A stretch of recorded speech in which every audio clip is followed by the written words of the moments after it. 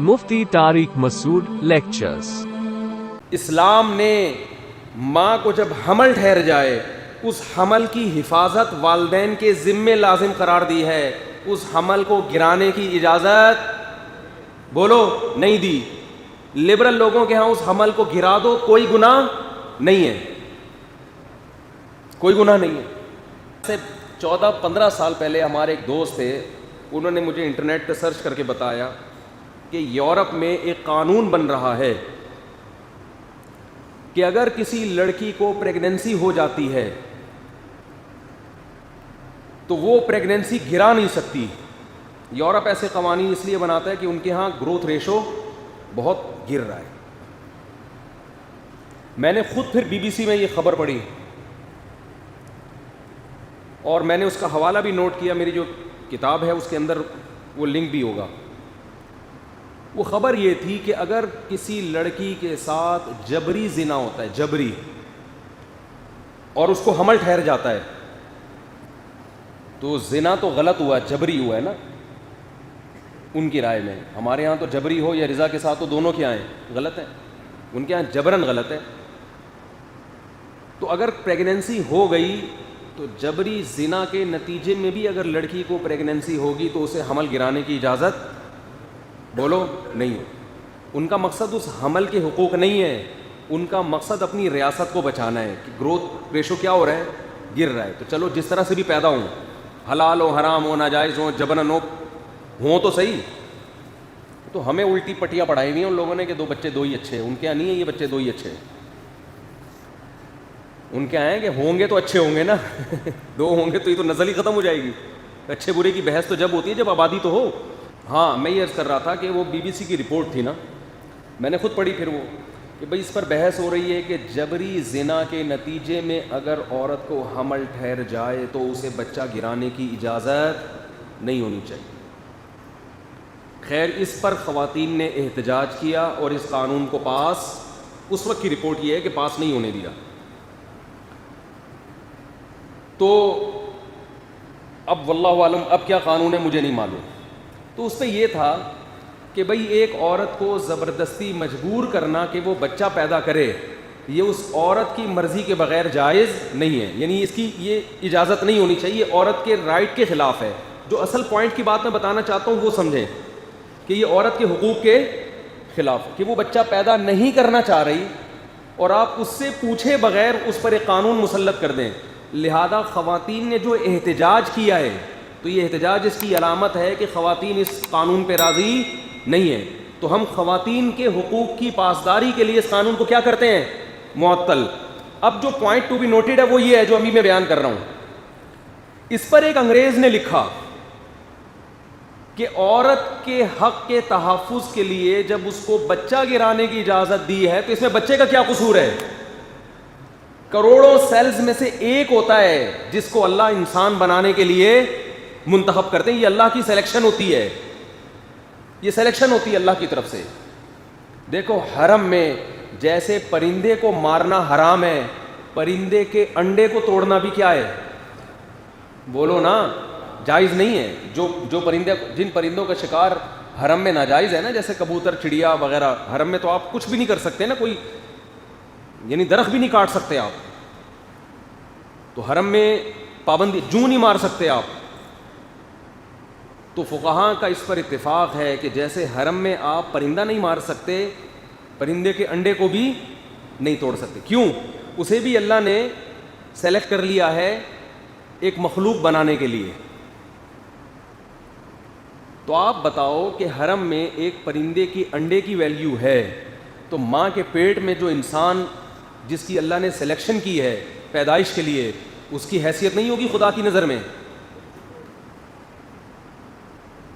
تو اس گورے نے لکھا، انگریز نے، اس نے لکھا کہ یہاں خواتین کے حقوق کا تو خیال کیا جا رہا ہے لیکن اس بچے سے نہیں پوچھا جا رہا۔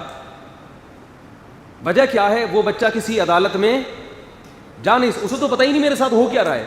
اس نے کہا یہ قانون انصاف پر مبنی اس وقت ہوگا کہ اس بچے کو پیدا ہونے دیا جائے، پھر اسے بالغ ہونے دیا جائے، پھر اسے عدالت کے کٹہرے میں لایا جائے کہ تو اس پروسیس پہ راضی تھا یا نہیں تھا. اگر وہ کہتا نہیں تھا اسے گولی مار دی جائے, اور اگر وہ کہے مجھے زندگی چاہیے تو اسے بھی اتنا ہی جینے کا حق ہے جتنا اس بچے کی ماں کو.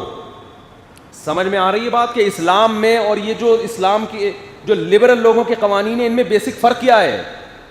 یہ صرف ان حقوق کی بات کرتے ہیں جن حقوق پر آواز اٹھانے والے لوگ موجود ہیں, جن سے آپ کے ذاتی مفاد پہ زد پڑ رہی ہو. جن حقوق سے آپ کے ذاتی مفاد پہ زد نہیں پڑتی تو اس پہ یہ بالکل بھی آواز نہیں اٹھاتے. تبھی بوڑھے ماں باپ کا ان کے یہاں کوئی حق نہیں ہے, بوڑھی ماں کا کوئی حق نہیں ہے. اسلام نے اور ایک دن کا بھی حمل ہو عورت کو اس کو گرانے کی اجازت بولو نہیں دی ہے.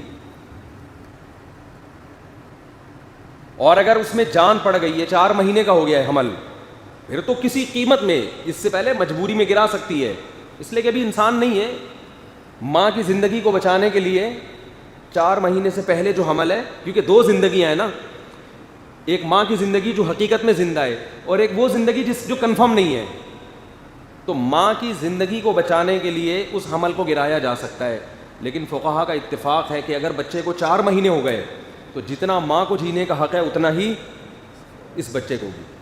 اب کسی ایک کی زندگی کو بچانے کے لیے کسی دوسرے کا قتل جائز نہیں ہے. ہمارے پاس تو لوگ مسائل پوچھتے ہیں صبح و شام کہ ماں کے پیٹ میں بچہ ہے, ڈاکٹروں نے کہا کہ معذور ہے. کتنا ٹائم ہو گیا بھائی؟ 6 مہینے کا ہو گیا, معذور ہے. بعض دفعہ ڈاکٹر بھی کہہ رہے ہوتے ہیں گرا دو اس کو, یہ معذور ہے, ساری زندگی کی ٹینشن ہے. کہتے ہیں بھائی میں کیسے قتل کی اجازت دے دوں؟ اگر بچہ پیدا ہونے کے بعد معذور نکلے تو کیا قتل کرو گے اس کو؟ بولو نا, قتل کرو گے؟ تو ایسے ماں کے پیٹ میں بھی معذور ہے تو کیا کرنا ہے؟ تقدیر کا حصہ سمجھ کے برداشت کرنا ہے. اسی وجہ سے تو دیندار لوگ ڈپریشن میں نہیں جاتے, اور بے دین کس میں چلے جاتے ہیں؟ ڈپریشن. دیندار آدمی جو مصیبت اللہ نے دی ہے اس کو کس کی طرف منسوخ کرتا ہے؟ اللہ کی طرف, کہ اس میں میرا فائدہ ہوگا. معذور ہے, صحت مند ہے, کس کی قسمت کا؟ میری قسمت. کوئی بات نہیں, اس معذور کی خدمت پہ اللہ میرے گناہوں کو معاف کرے گا. ہم نے تو اپنے بچپن میں دیکھا ہے, بچہ معذور پیدا ہوا, 10 سال باپ اس کو ویل چیئر پہ لے کے گھومتا رہے, ایک دن بھی پیشانی پہ لکیریں نہیں آئیں. بچہ جب بڑا ہو گیا نا تو اس کو ویل چیئر پہ 10 سال ویل چیئر پہ گھمایا. کیوں؟ اللہ پہ اعتماد ہے, اللہ پہ توکل ہے. بھائی میری قسمت کا. میں جب بھی ان صاحب سے ملتا میں کہتا آپ کا بچہ ہاتھ پاؤں ٹیڑھے, آپ اس کو سارا دن بیچارے کو لے کے, باپ تو نہیں چھوڑتا. اسی لیے تو اللہ نے ماں باپ کا بڑا حق رکھا ہے بھائی. جو سب سے زیادہ معذور ہوتا ہے ماں باپ کا چہیتا بھی سب سے وہی ہوتا ہے. تو وہ لے کے گھومتے تھے اس کو. ہم جب پوچھتے کہ انکل آپ تھک نہیں جاتے؟ انہوں نے کہا بیٹا شاید یہی قیامت کے دن ہماری بخشش کا ذریعہ بن جائے. بے دین آدمی ڈپریشن میں جاتا ہے, یہ کیا ہو گیا؟ میں نے تو بڑے خواب دیکھے ہوئے تھے, میں یوں کروں گا, میں یوں کروں گا, میں ایسے کروں گا, یہ تو ٹینشن پیدا ہو گئی. وہ تو چاہے گا ماں کے پیٹ میں ہی اس کو مار دیا جائے, کیونکہ اسے پتہ ہے کہ ماں کے پیٹ میں ماروں گا تو کوئی پوچھنے والا نہیں ہے. عرب اپنی بیٹیوں کو زندہ دفن یہی سوچ کے کر دیا کرتے تھے کہ ابھی قتل کر دو, اس کا پوچھنے والا کوئی نہیں. پوچھتا تو باپ ہے نا, جب باپ ہی قتل کر رہا ہے تو کون پوچھے گا؟ اسی پہ قرآن کی آیتیں نازل ہوئیں. وَإِذَا الْمَوْءُودَةُ سُئِلَتْ بِأَيِّ ذَنبٍ قُتِلَتْ. اللہ فرماتے ہیں کہ یونائٹڈ نیشن نہیں پوچھے گی تم سے, تمہارے ملک کا کنٹری نہیں پوچھے گا, اصل عدالت تو اللہ کی ہے. وَإِذَا الْمَوْءُودَةُ سُئِلَتْ بِأَيِّ ذَنبٍ قُتِلَتْ. فرمایا ایک دن ایسا قائم ہونے والا ہے کہ اللہ زندہ دفن کی ہوئی بچی کو عدالت کے کٹہرے میں لائے گا, اور اللہ کہے گا تجھے تو یہ بھی یاد نہیں کہ تجھے مارا کس نے تھا, تو معصوم تھی. عرب کیا کرتے تھے, احادیث میں اور تاریخی کتابوں میں ہے کہ جیسے ہی بچے کی ولادت ہونے کا ٹائم آتا تو بچے کی ماں جو دائی ہوتی ہے نا, دائی اس وقت عورت کے قریب کوئی عورت ہوتی ہے نا, دائیاں ہوتی ہیں جو بڑی ایکسپرٹ ہوتی تھیں, تو وہ دائی سے کہتی کہ جیسے ہی پیدا ہو, اگر لڑکا ہے تو بتا دینا. اچھا پہلے سے گڑھا کھود کے رکھتے تھے وہ لوگ زمین کے اندر. میں نے وہ جگہ دیکھی ہے, جو لوگ بھی مکہ جاتے ہیں وہ قبرستان جہاں پر بچیوں کو زندہ دفن کیا جاتا ہے, اللہ کی قدرت یہ ہے کہ اس قبرستان پہ کوئی عمارت تعمیر نہیں ہو پا رہی, حکومت سعودیہ نے بہت کوشش کی وہاں سڑک بنانے کی, انہوں نے تو نشانات سارے ختم کر دیے نا ہر چیز کے, لیکن عجیب اللہ کی قدرت ہے. آپ وہاں جائیں, لوگ بتائیں گے آپ کو, یہاں کوششوں کے باوجود بھی نہیں ہو پا رہا کچھ بھی. شاید اس لیے کہ اللہ نے وہ جگہ محفوظ رکھی ہے کہ جب بھی کل کوئی ویمن رائٹس کے نام پہ علماء کا مذاق اڑائے, خواتین کے حقوق کے نام پہ اسلام کا مذاق اڑائے کہ یہ اسلام نے عورت کو یہ کر دیا, عورت کو یہ کر دیا, تو اسے یہ قبرستان دکھاؤ کہ اسلام ہے جس نے بچیوں کے حقوق بیان کیے. اس لیے مسلمان بچی کی پیدائش پہ اس کی پیشانی پہ کبھی لکیریں بولو نہیں آتی. اقرار الحسن صاحب نے جو یہ کہا تھا نا کہ شکر ہے میری کوئی بیٹی نہیں ہے, میں اقرار الحسن کے خلاف نہیں ہوں, انہوں نے جلد بازی میں ایک بیان دے دیا. انسان ہے, غلطی ہو جاتی ہے. اس ٹک ٹاکر کی پوری تفتیش نہیں کی, جلد بازی میں ایک بیان دے دیا. ہو جاتی ہے انسان سے غلطی, بعض دفعہ جلد بازی میں ایسے الفاظ کہہ دیتا ہے جو نہیں کہنے تھے. سمجھدار آدمی بھی کر لیتا ہے, کوئی مذاق اڑانا یا کسی کو رسوا کرنا مقصد نہیں ہے. لیکن یہ محترم سے جلد بازی میں بہت غلط جملہ زبان سے نکلا. یہ کہنا کہ میں شکر ادا کرتا ہوں میری کوئی بیٹی نہیں ہے, یہ بہت غلط بات ہے. میں پھر بتا دوں, میرا مقصد اقرار الحسن کو غلط قرار دینا نہیں, ہم سے بھی ہو سکتی ہیں ایسی غلطیاں, کوئی بات انسان نہ چاہتے ہوئے زبان سے کہہ دیتا ہے. اسلام میں بیٹی کی پیدائش فخر کی چیز ہے. رسول اللہ صلی اللہ علیہ وسلم نے ارشاد فرمایا کہ جس کی 3 بیٹیاں تھیں, کیا عجیب الفاظ ہیں, اس نے ان کی تربیت کی اور بر وقت ان کا نکاح کر دیا. کن لہو حرزا من النار, کیا عجیب الفاظ ہیں. فرمایا یہ اپنے والدین اور جہنم کی آگ کے درمیان دیوار بن جائیں گی. حرزن کیا بن جائیں گی؟ دیوار. یہ جو لبرل لوگ ہیں میرے بھائی, یہ ان کے مسائل ہیں. دنیا دار لوگ ہیں کہ بیٹا ہو رہا ہے کہ بیٹی ہو رہی ہے, کیونکہ یہ آخرت پر یقین نہیں رکھتے. یہ تو ان کی ٹینشن ہے, ان کو تو سارے مزے دنیا میں اڑانے ہیں. یہ ان کی ٹینشن ہے. جس کا آخرت پر ایمان ہے اس کے لیے بیٹا ہو جائے بیٹی ہو جائے. ان کے ہاں یہ بھی ٹینشن ہے کہ 2 کے بعد تیسرا کیوں ہو رہا ہے. یہ ہمارے ہاں ٹینشن نہیں ہے, بلکہ ہمارے ہاں کیا ہے, انعام ہے. یہب لمن یشاء اناثا, اللہ کہتا ہے جس کو چاہتا ہوں بیٹیاں گفٹ کرتا ہوں. تو گفٹ جتنا زیادہ ہو اچھا ہوتا ہے یا کم اچھا ہوتا ہے؟ کیا ہو گیا بھائی؟ قرآن بیٹیوں کی کثرت کو کیا کہہ رہا ہے؟ ہبا. ہبا عربی میں کسے کہتے ہیں؟ گفٹ کو, تحفے کو. یہ پینلٹی نہیں ہے.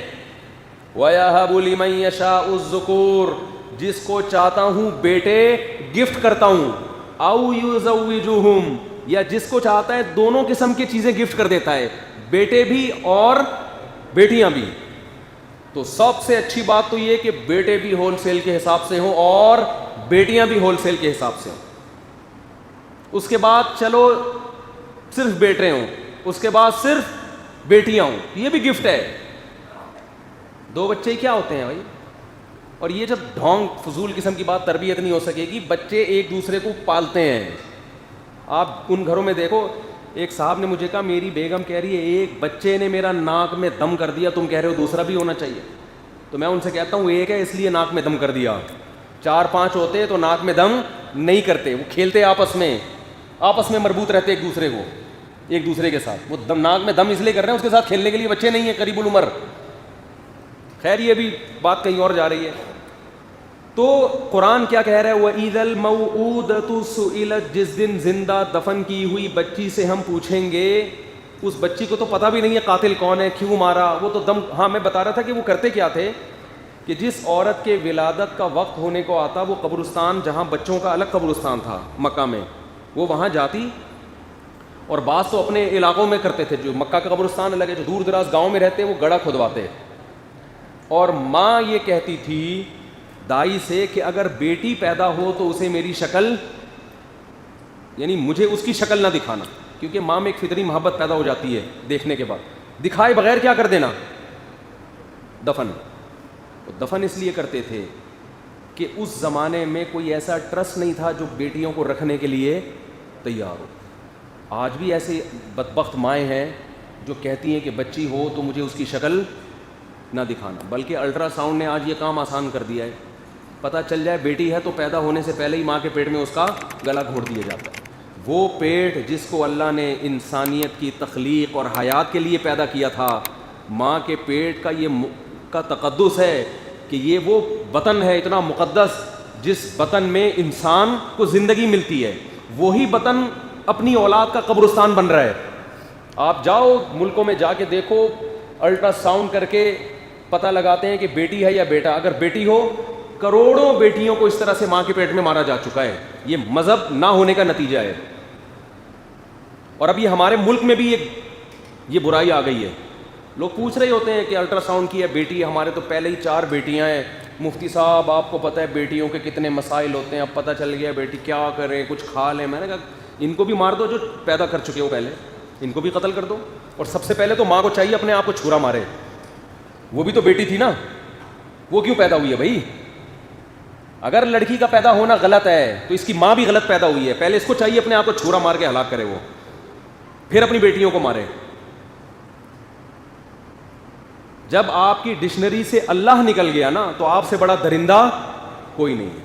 یاد رکھو, آپ سے بڑا درندہ کوئی نہیں. اور ان کمبختوں کو بیٹے ملتے ہیں وہ بھی نافرمان. ان کے بیٹے کون سا خوش کرتے ہیں ان کو. دیکھو ایک بات بتاؤں, بار بار میں ایک بات کہتا ہوں کہ فطرت کی مخالفت مت کرو. شریعت کی مخالفت کرو گے نا توبہ کر کے صحیح ہو جائے گا. نیچر کے خلاف چلو گے توبہ کر کے گناہ تو معاف ہو جائے گا, لیکن نیچر نے جو انتقام لینا ہوگا وہ لے کے رہے گی. ایک مثال سے بات سمجھاتا ہوں, وہ بھی چند دن پہلے کا واقعہ ہے. میں اکثر واقعات میں کردار کو تھوڑا چینج کرتا ہوں تاکہ جس کا واقعہ ہے وہ یہ نہ سمجھے کہ میرے بارے میں بات ہو رہی ہے. کیونکہ جب میں ایسے واقعات سناتا ہوں لوگ کہتے ہیں آپ ممبر پہ لوگوں کے راز فاش کر رہے ہیں, ممبر پہ برائیاں کر رہے ہیں. بھائی میں نام تو نہیں لے رہا نا, آپ کو کیا پتا کس کی بات ہو رہی ہے. اور کردار کو تھوڑا ایسے چینج کرتا ہوں کہ جس کی بات ہو رہی ہے اس کی بھی پتہ نہ چلے. ایک ہفتہ پہلے ایک صاحب آئے میرے پاس, خوب اچھی طرح یہ واقعہ غور سے سنیں. خاص طور پہ وہ لوگ جو مذہب کو فالو نہیں کرتے, اپنے گھر کا ماحول مذہبی نہیں بناتے, ان لوگوں کے لیے یہ. مجھے کہنے لگے میں نے اپنی بیٹی کو ایک بہت مہنگے اور ماڈرن اسکول میں ایڈمیشن کروایا. اسکول کا نام بھی میں بتا سکتا ہوں لیکن فائدہ نہیں ہے, خام خواہ اسکول والے میرے پیچھے پڑ جائیں گے. اور ایک اسکول ہو تو آدمی نام بھی لینا, درجنوں اسکول ہیں, میجورٹی تو اسی طرح کے اسکولوں کی ہے. بہت ماڈرن اسکول میں بھاری بھرکم فیسیں دے کے اپنی بیٹی کو میں نے پڑھایا. اسکول کو ایجوکیشن تھا, ماحول بہت لبرل قسم کا, کیونکہ آج کل لوگوں کے ذہن میں یہ بات بیٹھ گئی مذہبی اسکولوں میں پڑھائیں گے تو پڑھائی نہیں ہوگی. تو کہہ رہے ہیں نتیجہ یہ نکلا ہے کہ ہماری بچی کے بوائے فرینڈ ماشاءاللہ ہول سیل کے حساب سے, اور یہیں تک معاملہ نہیں تھا, راتیں گزار رہی ہے ان کے ساتھ, اور پینا پلانے کا شغف بھی شروع ہو گیا. پینے پلانے کا شغف بھی, اب پتہ نہیں وہ سٹا لگا رہی تھی, مجھے یاد نہیں, شراب پی رہی تھی یا شیشہ پی رہی تھی, یا یہ شیشہ تو اللہ کا شکر ہے ہم نے کبھی دیکھا بھی نہیں کیسے پیتے ہیں. تو شیشہ تو دیکھنے کی چیز ہوتی ہے, اپنا منہ دیکھو, پیتے پتہ نہیں کیسے ہیں. اس کا سمت بانڈ بھی لوگ سونگ رہے ہیں. یہ ہیں سکون. ہم چائے سے بیزار آئے ہوئے ہیں یار. اور ادھر میں نے ایک ماہر نفسیات تھے امریکہ کے, ان سے کہا میں دوبارہ چائے چھوڑنا چاہتا ہوں. اچھی بلی چھوڑ دی تھی, خام خواہ میں دوبارہ ٹینشن پال لی. انہوں نے کہا کیوں چھوڑنا چاہ رہے ہیں؟ میں نے کہا خام خواہ کی کوئی فائدہ تو ہے نہیں. انہوں نے کہا مفتی صاحب لوگ ہیروئن پی رہے ہیں, چرس پی رہے ہیں, گٹکے کھا رہے ہیں, اس ماحول میں چائے تو کم از کم چلتی ہے, اتنا بھی نیک بننے کی کوشش نہ کرو. انہوں نے کہا کوئی اتنا بڑا نقصان نہیں ہوگا. ہم نے کہا ڈاکٹر ہی تھپکی لگا کے جا رہا ہے تو کیا کریں, خیر اچھی چیز نہیں ہے. تو اب وہ کہنے لگے کہ وہ بچی کیا کر رہی ہے, پینے پلانے سے بھی اس کو شوق. ظاہر ہے جب بچیوں کے بوائے فرینڈ بھی ہوں, پینا پلانا بھی ہو, تو ماں باپ سے بدتمیزی اس کا ایک لازمی جز ہے. تو وہ لازمی والدین کے ساتھ بدتمیز بھی بولو نا, ہوگی, بولنے میں کیا جا رہا ہے, ہوگی. کیونکہ ابا اماں اب تو پسند نہیں کرتے. ابھی تک ہمارا معاشرہ شکر ہے گوروں کی طرح بہت زیادہ کنٹرول سے باہر نہیں ہوا, یہ خود ہی لا کے پکڑا رہے ہو, پیو نکلو یہاں سے. کیوں نہیں پی رہی, بچی بھی تم پیو. جیسے ہمارے والد صاحب چائے بچا کے ہمیں دیتے تھے آخر میں, ٹھیک ہے, اللہ ان کی مغفرت فرمائے. نہیں یہ چیزیں اولاد کو یاد رہ جاتی ہیں, چھوٹی چھوٹی چیزیں ہوتی ہیں. ہمارے والد صاحب کی عادت تھی جب بھی چائے پیتے تھے بچا کے جو بچہ قریب میں بیٹھا ہوتا تھا اس کو بلاتے ادھر آؤ, یہ لو. تھوڑا سا اولاد کو ٹائم دیا کریں, اس سے زندگی بھر ماں باپ یاد رہتے ہیں انسان کو. تو وہ کہنے لگے پی بھی رہی ہے, بوائے فرینڈ بھی ہیں, بدتمیز اتنی کہ ایک بات اس سے نہیں کر سکتے. تو میں نے کہا دیکھیں آپ نے جس اسکول میں پڑھایا وہاں تو کلچر یہی ہے, وہاں تو ٹیچر سکھا رہے ہوتے ہیں بچوں کو کہ تم اپنی زندگی میں کیا ہو, آزاد. تو اصل جو بات میں بتانے والا ہوں وہ اب کی ہے. کہتے ہیں ٹھیک ہے مفتی صاحب مجھ سے غلطی ہو گئی, لیکن میں اب توبہ کر چکا ہوں, اللہ سے معافی مانگ چکا ہوں کہ اللہ میں نے اپنی بچی کو غلط اسکول میں ایڈمیشن کرا دیا, غلط ماحول دیا, مذہب کی طرف نہیں لے کر آیا. اب جب توبہ کر لی ہے تو اللہ میری پکار سنتا کیوں نہیں ہے, اب بچی ٹھیک کیوں نہیں ہو رہی. یہ سمجھنے کی بات ہے. یہ بات میں نے ان سے نہیں کی جو آپ سے کر رہا ہوں. اصل جواب ان کو جو دینے کا تھا وہ اس لیے نہیں دیا کہ اس سے یہ ایسے تھا جیسے ان کے زخموں پہ آپ نمک چھڑک رہے ہیں. تو میں نے کہا یہ ان کو تو تسلی کی بات کرو, ٹھیک ہو جائے گی انشاءاللہ, ایسے کر کے. ان کو میں نے نمبر دیا کہ سلیمان احمد صاحب کے پاس لے جائیں اپنی بیٹی کو, ٹائم لینڈر. وہ مجھے کہنے لگے آپ کے پاس لاتا ہوں, آپ ذرا اس کو سمجھائیں. میں نے کہا اتنی نیک اگر ہے کہ کسی مولوی صاحب کے پاس آنے کے لیے تیار ہے جو اس کو سمجھائیں اور وہ سمجھ بھی جائے, سبحان اللہ. کہہ رہے نہیں اتنی نیک ہے نہیں. ٹھیک ہے. تو میں نے کہا مجھے پتہ ہے وہ نہیں آئے گی, بات بھی نہیں سنے گی, آپ اس کو لے جائیں ٹائم لینڈر والوں کے پاس. سلیمان احمد صاحب نے کاؤنسلنگ بڑی خاندانی قسم کی کرتے ہیں. کہنے لگے وہ تو بڑی بھاری بھرکم فیس لیتے ہیں. میں نے کہا کوئی بات نہیں, آپ مالدار آدمی, آپ ان کو فیس دیں, اگر آپ کی بچی انسان کی بچی بن جائے تھوڑے پیسے خرچ کرنے پر. کہہ رہے نہیں وہ تو فیس لیتے ہیں.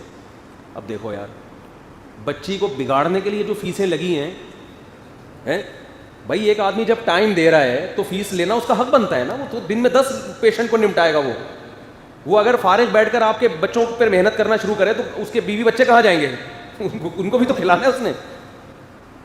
اب عجیب سوچ ہے کہ بچوں کو بگاڑنے کے لیے لاکھوں روپے خرچ ہو گئے, سدھارنے کے لیے اگر کوئی کاؤنسلنگ کر رہا ہے اور پیسے لے رہا ہے تو وہ وہاں پیسے دیتے ہوئے کہ جان نکل رہی ہے. مجھے انداز ہوگا, میں نے کہا یہ سیٹنگ کیا ہے ان کی, سیٹ نہیں. خیر وہ جب انہوں نے یہ بات کہی نا کہ میں نے تو توبہ بھی کر لی ہے, میں اللہ سے گڑ گڑا کے معافی بھی مانگ رہا ہوں, تو پھر یہ ٹھیک کیوں نہیں ہو رہی؟ پہلی بات تو یہ توبہ صحیح کی نہیں ہے آپ نے. اگر کی ہوتی نا تو پیسوں کی وجہ سے بچی کا مستقبل داؤ پہ نہ لگاتے. آپ کہتے یار اگر کاؤنسلنگ کر کے پیسے دے کے بھی بچی ٹھیک ہو رہی ہے تو کوئی بات نہیں. جب انہوں نے یہ کہا کہ میں توبہ کر رہا ہوں اور بچی پھر بھی ٹھیک نہیں ہو رہی, تو جو ان کو کہنے کی بات تھی وہ میں آپ سے کہہ رہا ہوں کہ آپ نے ٹکر لی ہے فطرت سے, شریعت سے بھی لی ہے, اللہ سے لی. آپ توبہ کریں, اللہ کیا کر دے گا؟ معاف. اللہ کہے گا ٹھیک ہے میں نے یہ جرم معاف کیا. اب یہ بچی اگر جہنم میں بھی گئی آپ سے سوال نہیں ہوگا, اگرچہ بگاڑا آپ نے لیکن توبہ کر لی, اللہ آپ کے جرم کو کیا کرے گا؟ معاف. لیکن جو بگڑ گئی ہے نا اس کا سدھرنا بہت مشکل. اللہ سدھار دے تو الگ بات ہے. وجہ کیا ہے؟ گراؤنڈ ریئلٹی یہ کہتی ہے کہ آپ جیسا ماحول دیتے ہیں اولاد کو, ماحول ان کو ویسا ہی بناتا ہے. آپ نے جب بچے کو اتنا لبرل بنا دیا, اسے شراب کباب بوائے فرینڈ 8-8 10-10, تو اسے شوہر لگے گا مکھنچو کہ ایک کی کیوں میں بن کے رہوں, اس کے ساتھ وفا کیوں کروں, ہے بھائی کیوں؟ جب اتنی آزادی دے دی آپ نے تو اب اس کا ان چیزوں کو چھوڑنا, وہ خود جب تک نہیں چاہے گی تو نہیں ہوگا. فطرت سے لڑو گے تو بھائی فطرت تو مارتی ہے, پھر انتقام لیتی ہے. اب صبر کے علاوہ آپ کے پاس کوئی آپشن نہیں ہے. آپ کوشش کریں تربیت کی, دعا کریں, ہم بھی دعا کرتے ہیں, نتیجے کی زیادہ امیدیں نہ لگائیں. نتیجہ کس پہ چھوڑ دیں؟ اللہ پہ. اللہ وہ ٹھیک کر دے ٹھیک ہے, نہیں تو صبر کریں گے. ہمارے حضرت کے پاس ایک خاتون کا فون آیا کہ میری شادی کی عمر تھی اور میں ڈیلے کرتی گئی ایجوکیشن کی وجہ سے. تو جب عمر زیادہ ہو گئی تو تعلیم تو آ گئی, مگر جو ایک اٹریکشن تھی عمر کم عمری کی وجہ سے وہ اٹریکشن ختم, رشتے آنا ختم. اب انتظار کرتے کرتے میں 40 سال کی ہو گئی ہوں. سیم یہی الفاظ تھے ان کے کہ میں نے توبہ کر لی ہے کہ اللہ میں نے بر وقت نکاح نہیں کیا, تیرے نبی کا حکم تھا کہ اچھا رشتہ آئے تو انکار مت کرو, ایجوکیشن کی وجہ سے میں نے ڈیلے کیا, یہ میں نے جرم کیا, اے اللہ میں نے توبہ کر لی, اب تو کرا دے.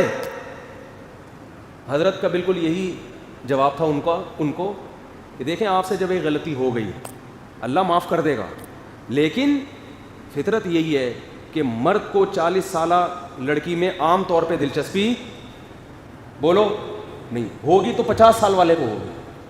اور 50 سال والے میں آپ کو نہیں سمجھ میں آ رہا ہوگا. کیونکہ جب 50 سال میں آپ سے کر رہا ہے تو سوال پیدا ہوتا ہے کہ اگر وہ کما رہا ہے تو اب کیوں اتنی دیر تک ڈیلے کیوں کیا تو نے؟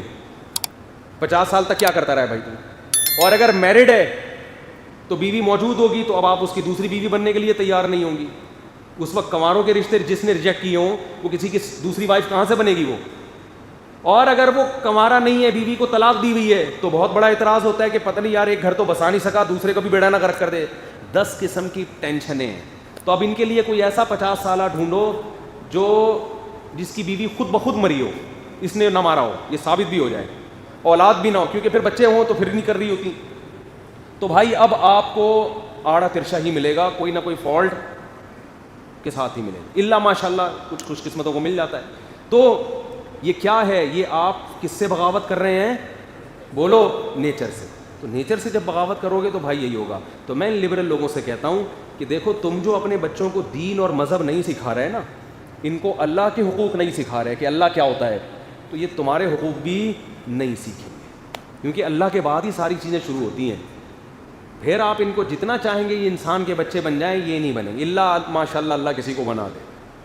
تو پیغمبروں کا بنیادی مقصد کیا تھا کہ غفلت کے اندھیروں سے نکال کر بیداری کی روشنی میں لے کر آنا. یہ جو میں نے سورہ یاسین کی آیت پڑھی, تو ہم سب غفلت میں ہیں, ہمیں نہیں پتہ ہمارے ساتھ فیوچر میں کیا ہونے والا ہے, ہمارا انجام کیا ہونے والا ہے. پیغمبر آ کے بتا رہے ہوتے ہیں کہ جس خوشیوں میں تم مبتلا ہو ان خوشیوں سے دھوکے میں مت آنا. اگر تم صحت میں ہو, اس صحت سے دھوکہ مت کھانا, فالج بھی ہو سکتا ہے, برین ہیمریج بھی ہو سکتا ہے, ایکسیڈنٹ بھی ہو سکتا ہے. اگر تم دولت میں ہو تو خوش فہمی میں مت رہو, غریب بھی ہو سکتے ہو.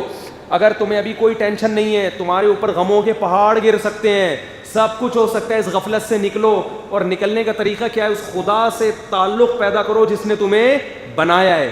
اس سے اگر مضبوط رشتہ قائم کر لو گے تو وہ غموں میں خود ہی تمہیں تسلیاں دے گا, تھپکیاں دے گا تمہیں, وہ غموں سے بچائے گا بھی.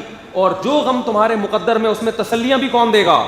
یعقوب علیہ السلام کا بیٹا چھن گیا, رو رہے ہیں, آنکھوں سے آنسو بہ رہے ہیں. جب لوگ اعتراض کرتے ہیں تو کیا کہتے ہیں؟ اعلم من اللہ ما لا تعلمون, میں اللہ کے بارے میں وہ کچھ جانتا ہوں تو تم نہیں جانتے. اس غم میں بھی تسلی کی بات ہے. یہ تھپکیاں کون دے رہا ہے؟ یہ اللہ دے رہا ہے.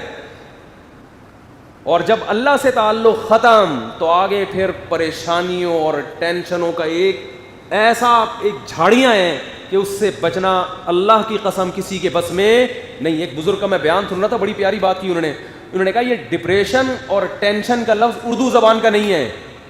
ہمارے اسلاف, ہمارے بزرگ, یہ لفظ پریشانی کا لفظ تھا اردو میں. پریشانی کا مطلب کوئی بچہ مر گیا, کوئی یہ ہو گیا وہ. یہ جو ڈپریشن اور ٹینشن کا لفظ ہے نا, یہ انگریزوں سے آیا ہے ہمارے یہاں. اس کا اردو میں ترجمہ ہی نہیں ہے اس کا. آپ اس کو ذہنی تناؤ کہہ سکتے ہیں, اسٹریس کا تو ہے کھچاؤ, ڈپریشن اور ٹینشن کا نہیں ہے, اور واقعی نہیں ہے. کبھی میں بھی جب بیان کرتا ہوں تو ڈپریشن کو ڈپریشن ہی کہتا ہوں, ٹینشن کو ٹینشن, کیونکہ مجھے اردو میں ملتا ہی نہیں ہے. یہ بیماریاں یہ باہر سے آئی ہیں, جو مذہب کو فالو نہیں کرتے, یہ وہاں سے آئی ہیں ہمارے یہاں. یہ ہماری اپنی بیماریاں نہیں ہیں. سمجھ میں آ رہی ہے بات؟ ہمارے یہاں سے پریشان بیٹھا ہوا ہے بس. ڈپریشن اور پریشانی میں فرق ہے. ڈپریشن کا مطلب ڈاکٹر تو ڈپریشن کا جو مطلب بتائے گا میڈیکل سائنس کی زبان میں, ہم تو دیسی زبان میں سمجھائیں گے نا. آپ کا ڈپریشن کا مسافر جو مطلب بتائے تو لغت کی کسی کتاب میں نہیں لکھا بھائی, ہم تو دیسی زبان میں سمجھائیں گے کہ ہم جب ڈپریشن بولتے ہیں تو اس کا مطلب ابا ڈپریشن میں ہے, کیا مطلب؟ کچھ بھی ہو سکتا ہے.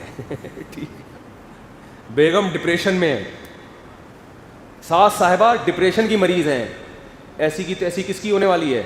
بہو کی.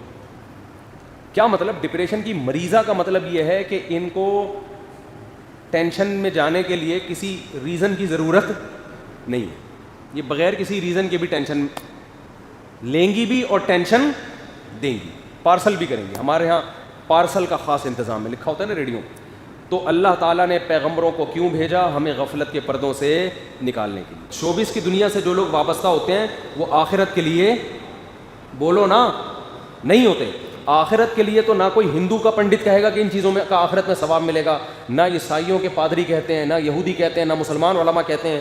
دنیا میں کوئی مذہب نہیں کہتا. جو شوبز کی دنیا سے وابستہ لوگ ڈرامے فلمیں بنا رہے ہیں, بے حیائی کو پروموٹ کر رہے ہیں, ان کا آخرت میں بھی کوئی حصہ ہے. کوئی مذہب بھی اس چیز کو نہیں مانتا, کوئی مذہب بھی نہیں مانتا. اب آپ مجھے ایک بات بتاؤ کہ انہوں نے تو یہ سب کچھ دنیا کے لیے کیا ہوتا ہے نا, تو اس دنیا نے کیسی پیٹھ دکھائی ہوتی ہے. تو وہی حضرت کعب بن زہیر کا شعر ہے, لکنھا خلۃ قد سیق من دمھا فجع وولع واخلاف وتبدیل, کہ یہ دنیا ایسی محبوبہ ہے کہ جس کے خون میں بے وفائی شامل کر دی گئی ہے. کرکٹ کی طرح رنگ بدلنا, بے وفائی اور ٹائم دینا, وعدہ کرنا لیکن اس وعدے کی خلاف ورزی کرنا, یہ اس کے بلڈ میں شامل کر دی گئی ہے. یہ صحابی رسول کا شعر ہے. یہی وہ دنیا ہے جو شوبز کی دنیا سے وابستہ لوگ, کسی کو کینسر ہو رہا ہے, کسی کو ہارٹ اٹیک ہو رہا ہے, کوئی کس طرح سے مر رہا ہے, مرنے کے بعد وہ ساری ترقی جو آسمان کی بلندیوں تک پہنچی ہوئی تھی وہ دھڑام سے نیچے, بلکہ مرنے کیا بڑھاپے کے بعد ہی. جو ہیروئنز بڑی خوبصورت اور جن کو فلموں والے چھوڑتے نہیں ہیں, عورت پہ تو بڑھاپا جلدی آتا ہے. آپ کو پتہ ہے گھاس وہ دیر تک قائم رہتی ہے اور پھول بہت جلدی مرجھا جاتا ہے. مرد تو پھر بھی کچھ دیر چلتا ہے. جو لڑکیاں شوبز کی دنیا سے وابستہ ہیں بہت جلد ان میں اٹریکشن ختم ہوتی ہے اور ان کو ایسے مسترد کر دیا جاتا ہے جیسے ٹیشو پیپر جو ہے نا, استعمال سے پہلے کتنا اچھا اور استعمال کے باہر کہاں پھینکا جاتا ہے, ردی کی ٹوکری میں. اور آپ ان کی عزت دیکھ رہے ہوتے ہیں اسٹیج پہ, ان کو پرانے بوڑھے اداکاروں کو بھی بلایا جا رہا ہے, ان کو ایوارڈ دیا جا رہا ہے. بھائی یہ 5 منٹ کی عزت ہو رہی ہے ان کی بس, اس کے بعد ان کو کوئی بھی نہیں. یہ ٹی وی کی اسکرین کے سامنے 10 منٹ کی, باقی کوئی نہیں پوچھنے والا ہوتا گھر میں.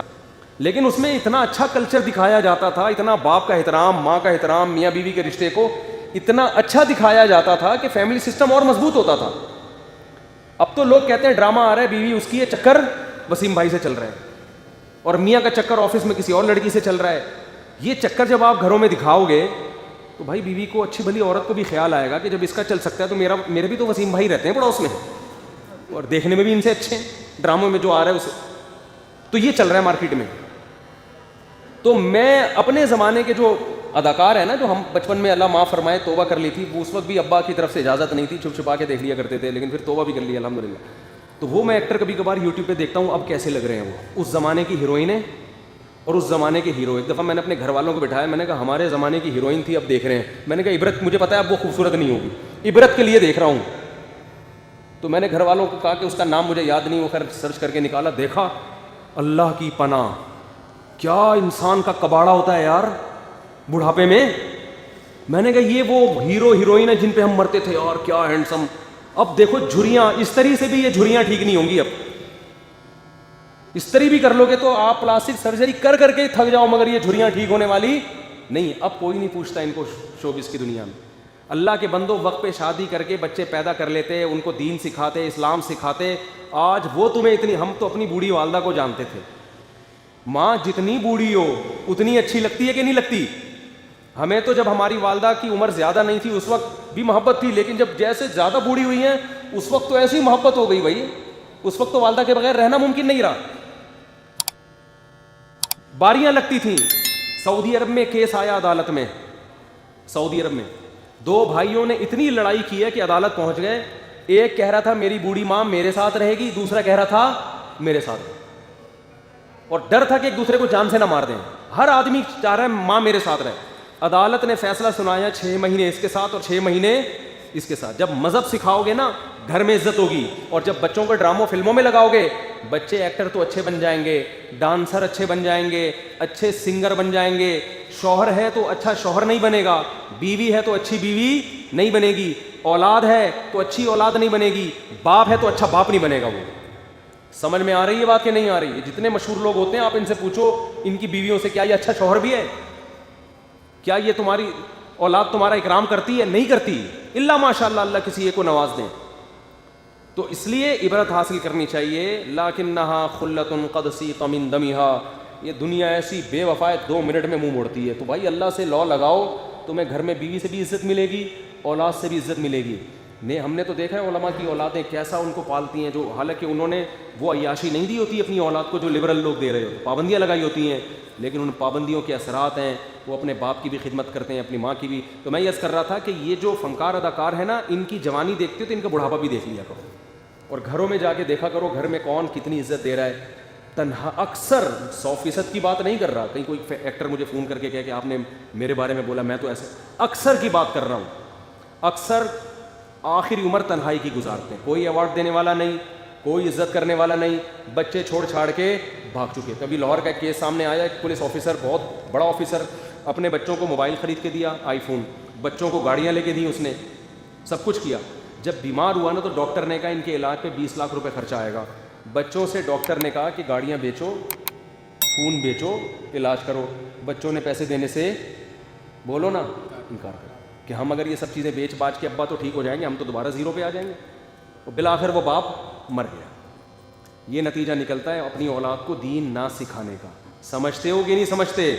تو اچھے بھی سمجھیں گے جب بوڑھے ہو جاؤ گے. ابھی جوانی کی مستیاں ہیں, سمجھ میں نہیں آ رہی بات. تھوڑا سا جب میرے پاس آتے ہیں نا گلوکار اور اتنے شہرت اور یہ, میں کہتا ہوں بیٹا تھوڑا سا عمر کو ڈھلکنے دو.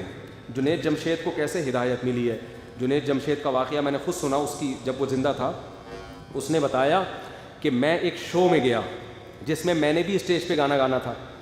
جب میں گیا تو مجھ سے پہلے ایک گلوکار جو ذرا ایجڈ ہو گیا تھا وہ گانا گا رہا تھا. تو لوگوں نے کہا میرے سامنے کہ اب اس بڈھے کو ہٹاؤ یار, حالانکہ وہ بھی اپنے دور کا فیمس گلوکار تھا, سنگر تھا. تو لوگوں نے کہا اس بڈھے کو ہٹاؤ, آواز نہیں نکل رہی ہے, جنید کو بھیجو. کہتے ایک دم نا اس کی یہ بات میرے دل پہ جا کے لگی ہے کہ جنید ابھی تو جوان ہے, گا رہا ہے, کل جب تو گائے گا نا تو لوگ کہیں گے اس بڈھے کو, بولو نا کیا ہوگا, آپ کو تھوڑی ہٹا رہا ہوں, لوگ کہیں گے اس بڈھے کو ہٹاؤ. یہ ہوگا, یہ تو ہوگا, اس سے کوئی روک نہیں سکتا. تو اس بڈھے کو ہٹاؤ یہاں سے. تو کہہ رہے مجھے کہا کہ یار جس دنیا کے پیچھے میں جا رہا ہوں نا, اس دنیا نے تو کل مجھے ویسے ہی پشت دکھانی ہے. اس نے اپنی کمر مجھے دکھا کے ٹاٹا کر کے جانا ہے. جن گرل فرینڈ پر آپ مر رہے ہو نا, جیسے ہی مرو گے 2-4 بیانات آئیں گے, اس کے بعد کوئی اور بوائے فرینڈ ہوگا, کوئی اور بوائے فرینڈ ہوگا, پھر یہ مرے گی یا وہ مرے گا. تو یہ دنیا سے زیادہ فری ہونے کی ضرورت بولو نہیں. آخرت ہے, اللہ ہے بھائی, اللہ کے پاس, اللہ سے تعلق انسان قائم رکھے, مزے ہی مزے, مر جائے ٹھیک ہے. میں لوگوں سے کہتا ہوں بھائی اگر مجھے یقین ہے نا کہ ابھی میں مر گیا تو اللہ مجھ سے خوش ہے, میری کسی خطا پہ عذاب نہیں ہوگا, معاف کر دے گا اللہ تعالیٰ, تو میں سمجھتا ہوں میرے لیے اس سے اچھا موت کا وقت نہیں ہے. میں فوراً کہوں گا اللہ ابھی مار دے مجھے. ہمیں پتہ نہیں آگے جا کے ہوگا کیا, اس لیے ہم اللہ سے مہلت مانگتے ہیں کہ اللہ ہمیں سدھرنے کا ٹائم دے دے, ہم صحیح ہو جائیں. تو ہم تو اللہ سے زندگی مانگتے ہیں اس لیے تاکہ ہمارے اعمال اچھے ہو جائیں, اور ہم پریشان ہو رہے ہیں جو لوگ مذہب کو نہیں مانتے, وہ زندگی برائے زندگی تاکہ ہم مزید عیاشی کر سکیں. تو بھائی کب تک کرو گے عیاشی؟ ایک دن آئے گا یہ تمہیں قبر میں اتارے گی یہ. اور ہندوؤں کے یہاں تو جلایا جاتا ہے, وہ تو اور بھیانک والا منظر ہوتا ہے. بڑے بڑے اداکار جو ناچا کرتے تھے ایسے ہینڈسم, آگ میں آپ ان کو اپنے ہاتھوں سے جلا, وہ تو اور زیادہ عبرت ہونی چاہیے. تو ایسے عبرت کے واقعات سے ہمیں عبرت حاصل کرنی چاہیے, اور ہمیں بھی, اور شوبز کی دنیا سے جو لوگ وابستہ ہیں ان کو تو اور زیادہ عبرت ہونی چاہیے کہ ابھی بھی وقت ہے بھائی, اللہ نے مہلت دی ہے, آج آ جاؤ.